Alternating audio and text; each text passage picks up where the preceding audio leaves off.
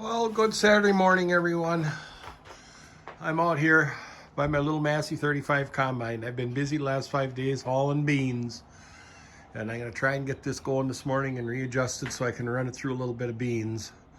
I don't know if I'm going to get it done or not, but I can give it a try. I have to get it started again. It doesn't start the greatest. The 6-volt system, I'm sure that all needs work. Heavier battery cables, new battery and such. But we're going to try and get it going. And I have a book for it.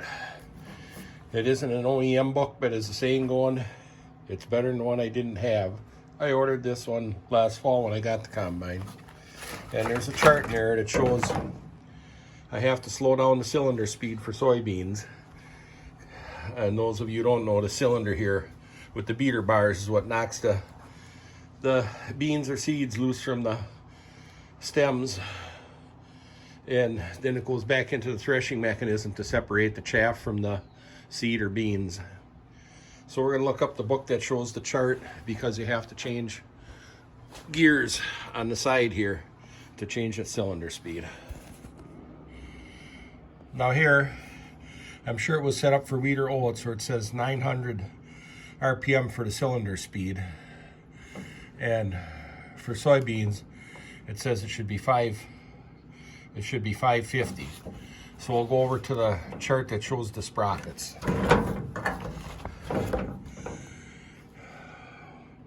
Right now it's set up at 900 for wheat or oats, which, come on, where's the 900? Which is right there, 900. And that shows 23 teeth and 18 teeth. And to go to 550, which is right here, it shows 23 on the cylinder shaft and 18 on the driving shaft. So it's exactly reverse. So all I should have to do is reverse this sprocket with that sprocket, and I should get the right cylinder speed. So let's see how that goes.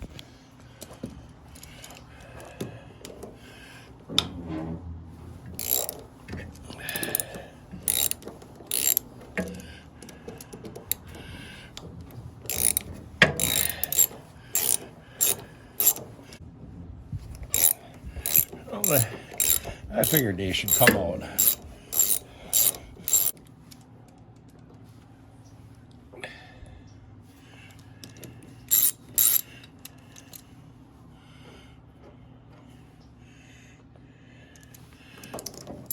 Now, time to get a hammer. Of course, once you know it, on the upper one, they have nuts on the backside instead of a threaded flange, but that's okay.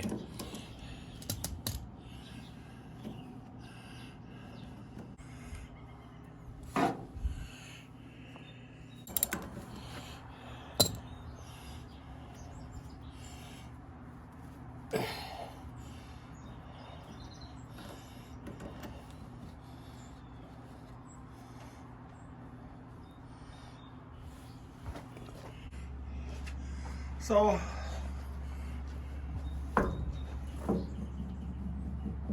well, that one's going to come off.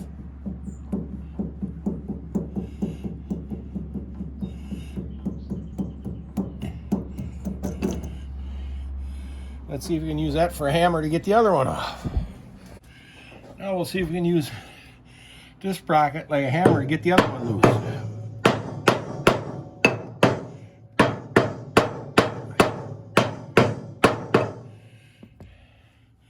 So far, no. I'm going to turn the cylinder one so the bearings feel nice and smooth on that.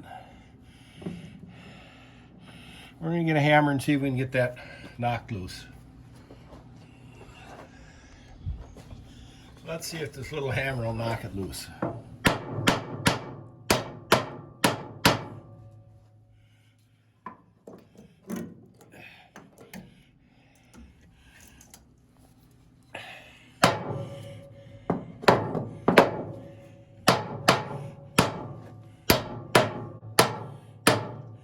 I suppose I should get a gear puller and it would pop right off. I'm kind of doing it here looks like the old guys would have years, well, they weren't old guys then, they were young guys, but years ago on the farm, and a lot of them had just rudimentary tools.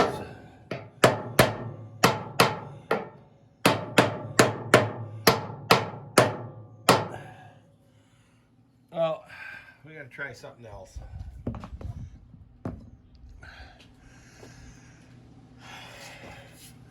I'm slowly getting it worked off, rotating it and giving it a pry like this.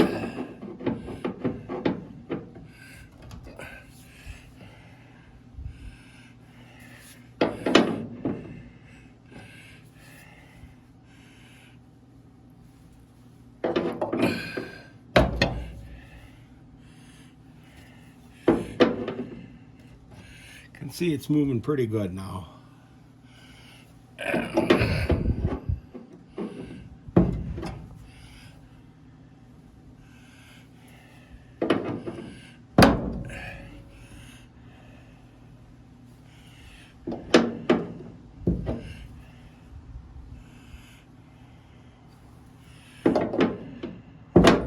And it's off.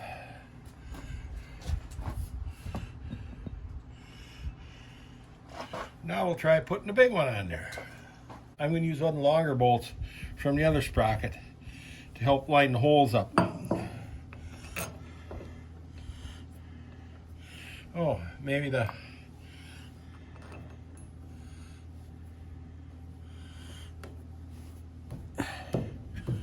Oh yeah, it's going on good.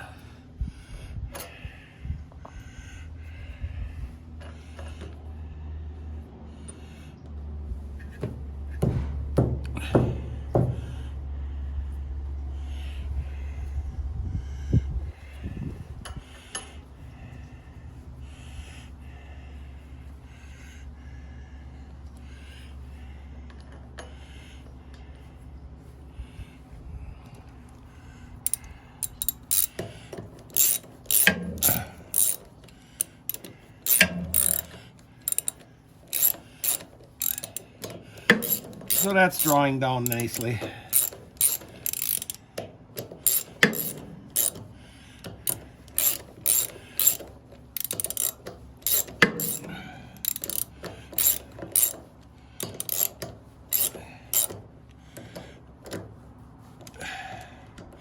Well, I'll draw those up. You don't have to see that. I'm going to show you something else. Now, one of the things to talk about this machine in the literature, it's all sealed bearings, very little lubing to do. Well, we all know about, see, there's sealed bearings on the cylinder and on other various shafts. And look at this one. Well, we can see that one isn't sealed anymore. It still feels tight, and when I ran it, everything sounded smooth. But you can see there's no seal in there or any lubrication hardly. So for today, I'm just going to keep oil squirted in there and run it a little bit. That should be enough for what I'm going to do today.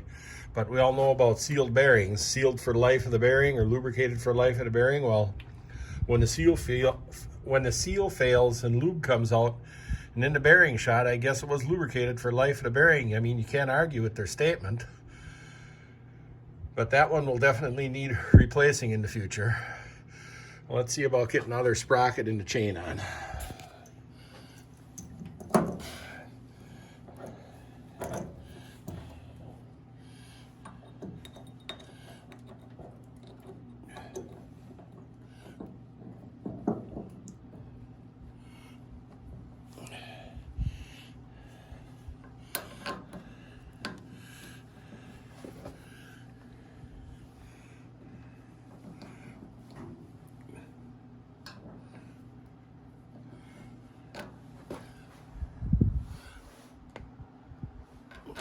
There we go.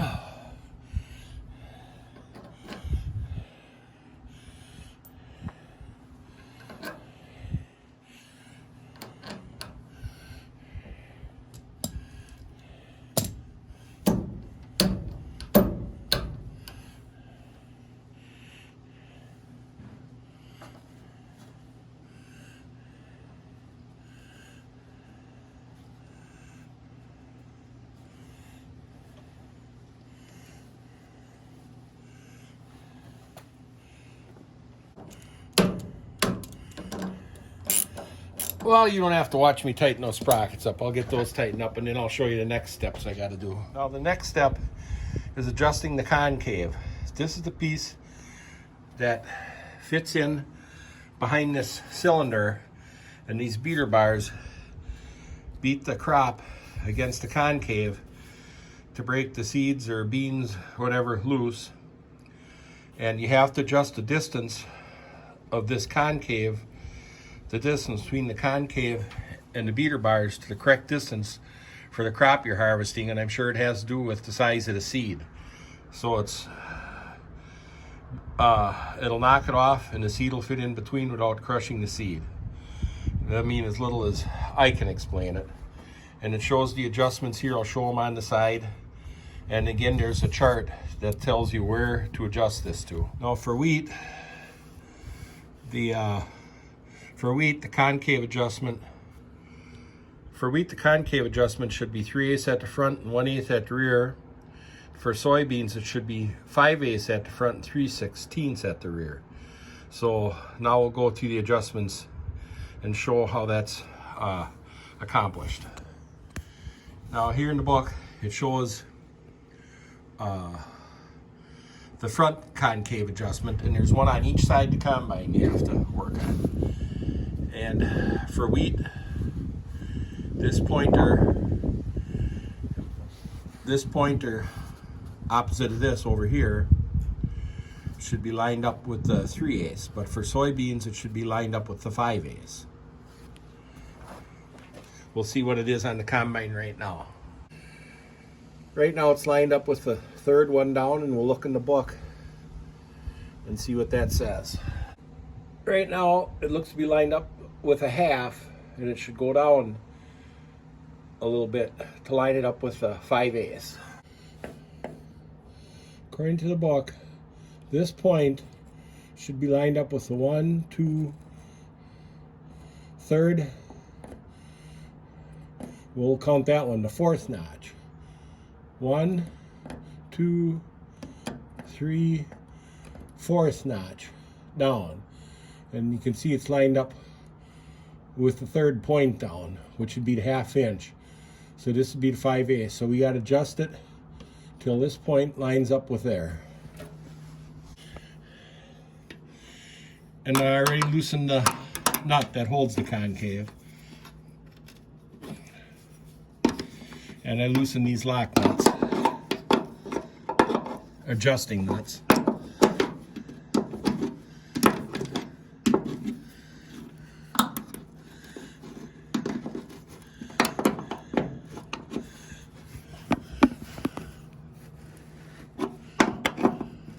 So just a smidgen yet. So it seems to be lined up with the correct notch for 5/8. Now here's the adjustment for the rear of the concave. For the rear of the concave, to talk about a scribe mark, which I'm sure is that, and measuring to here. And I think that's, we'll look again, but I think it's supposed to be 5/16. 3/8 for wheat. And we gotta get something to measure that with. Well, I went around to the other side and adjusted the front of the concave equally as on this side to 5/8, and the rear of the concave was already at 3/16 on both sides. I have the sprockets changed. Now I have to go around and look at the sieves in the back.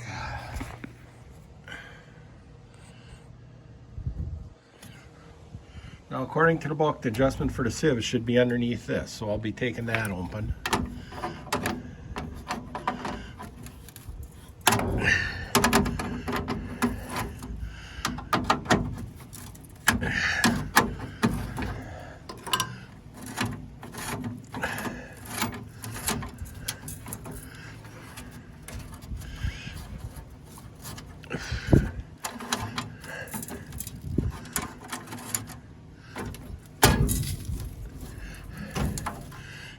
And here's the adjustment on them.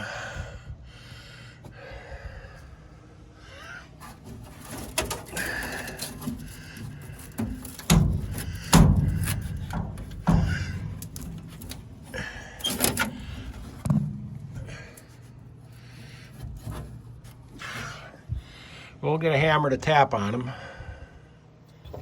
Oh, it's kind of hard to show, but I'm measuring about a 5/16 opening on the lower sieve now, and 11/16 opening on the upper sieve. Now I'm going to read about what they call the extension on the back. Now it says that this sieve extension should be slightly less than the upper sieve. You can see it's basically closed. So I'm going to open that up some, and then it says that this should be about a 1/2 inch higher than that, which you would adjust with these bolts here. So let's see if we can get this adjustment to move.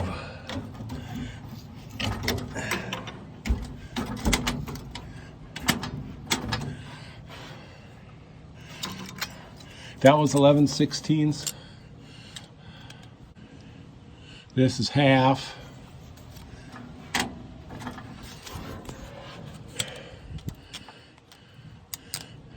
Now it's 9/16, so we're gonna let it at that.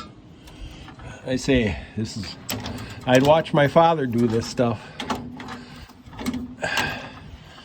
but I've never set up a combine, so if it works at all. And now we're gonna set this up. Before it was way down almost flat. Now we're gonna set this up. Before it was way down almost flat. Now I'm gonna set it up higher. Well, theoretically, it's adjusted for soybeans now. But now it's being stubborn, it doesn't want to start again. So I'm gonna be working at that. Now this third gear, I'm gonna put the camera down and I'll see you when we get there.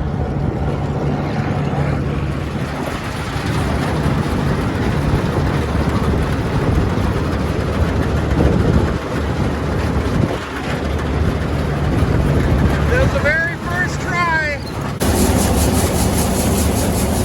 I think a belt is slipping. Well, I got the drive belt tightened a little bit.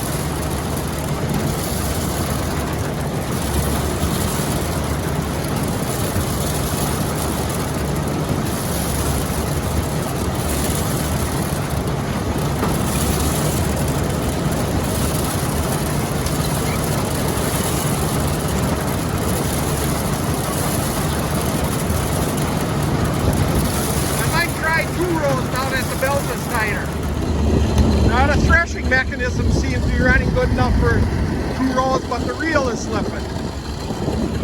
This belt is real loose. I'm going to try tightening that.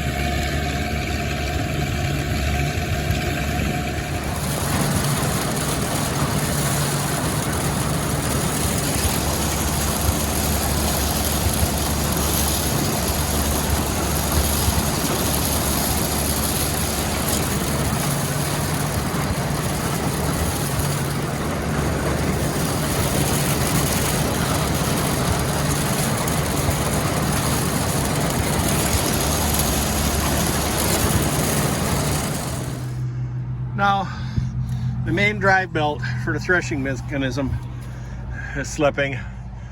I wasn't really feeding it too, I know it's too loose, but I'm sure as the rust is getting polished off, it slips easier, so I got to get it tighter. So I couldn't get the part, and I put a wire in there to take space between the nut and the adjuster.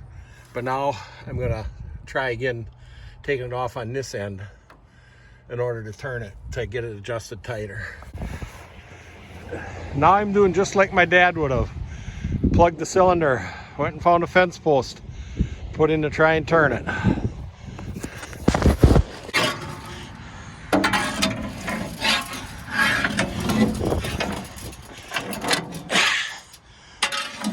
So I'm getting the cylinder loosened up here.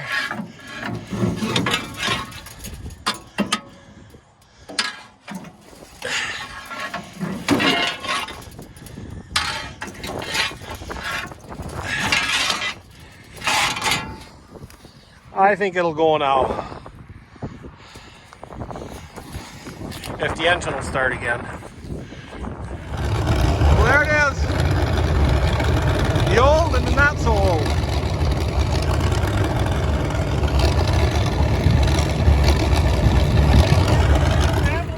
Well, there it is. I plugged the cylinder again. I think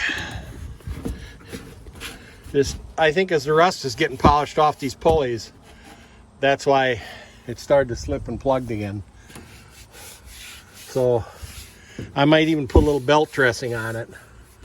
But you know, you don't want it to stick on that pulley when you start it though. I'll try tensioning it some more first. But that's probably it for this year. I hope you enjoyed it. As much as I did, it was a lot of fun for me. And we'll see you on the next one.